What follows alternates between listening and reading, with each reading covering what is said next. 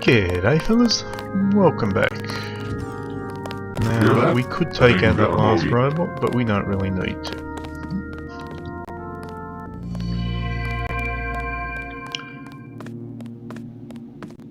What we are going to do is use a couple of these cells, and we're going to heal up. And again, the commandos have nicely opened the door for us. They're not the brightest. Signals are spiking. Audio check. A trellis. You could climb onto the roof and avoid the security.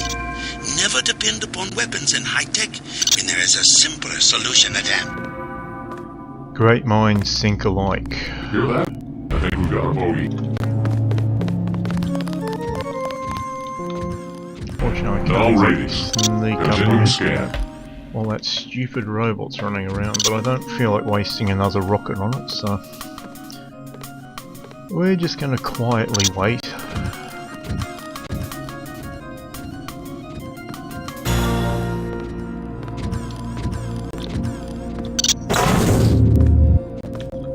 Something's in here.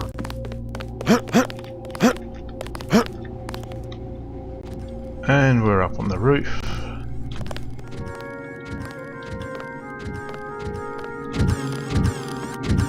I suddenly have the strangest desire to waste a robot, having a rocket on this robot.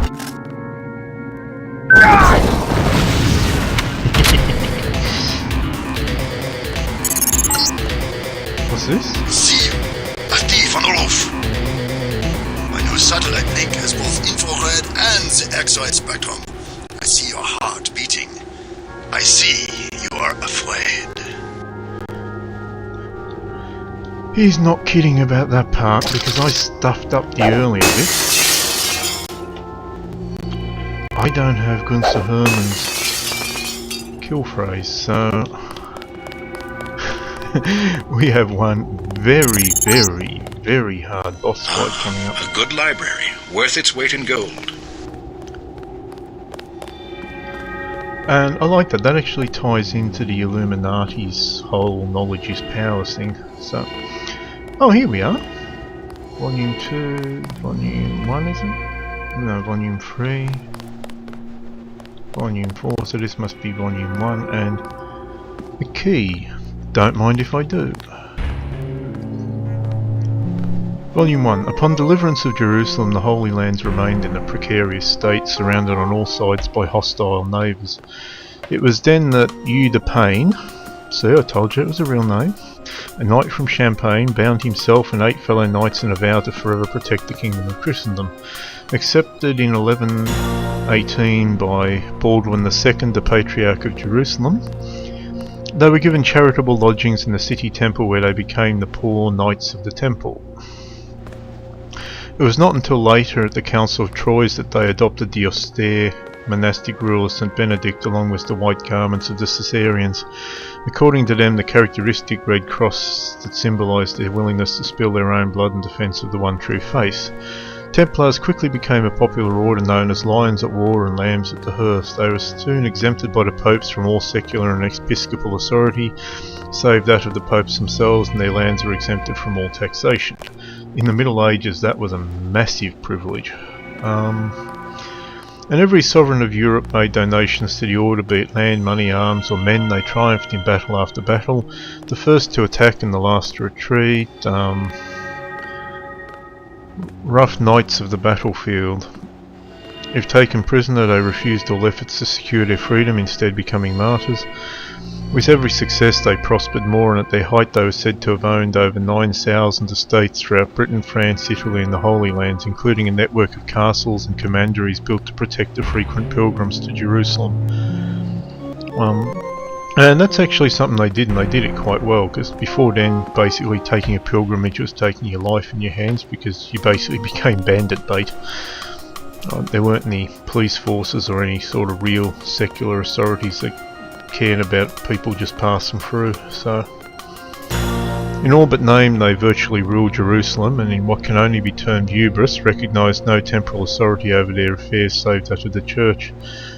By 1250 the coffers of the order had grown so large that it was not uncommon for pilgrims to deposit their money with a temple in London or Paris and then cash in their receipt upon arriving at Jerusalem, thus establishing one of the foundations for modern banking and checking accounts.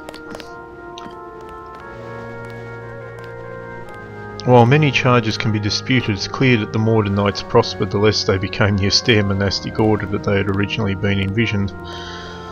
Eventually, even excommunicated men and criminals were accepted as long as they pledged blind obedience to the order.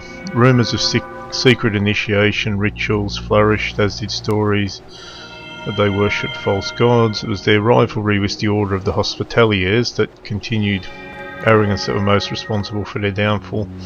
When Jerusalem was finally lost to the forces of Saladin, Philip saw an opportunity to bring the Templars to heel and greatly expand his own holdings. Yeah, he was also massively in debt to them, which didn't help much. Philip accused the Templars of heresy and in 1304 placed all members of the order in France under arrest, subjecting them to brutal interrogations in an effort to determine whether the rather fanciful charges of sodomy, apostasy and devil worship were true.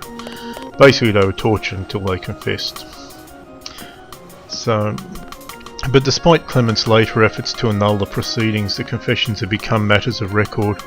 Those who repented were spared the flames, while 50 knights who chose to recant their confession, becoming relapsed heretics, were promptly burnt at the stake. The remaining members of the order in France quickly admitted their guilt, and in 1311 an apostolic decree was issued dissolving the order. And thus they were swallowed by history. Many have debated whether the ignominious dissolution of the order was entirely accidental, while some have even gone so far as to suggest it was part of a larger plan on the Templars' part. That's the conspiracy theory rubbish I was talking about before.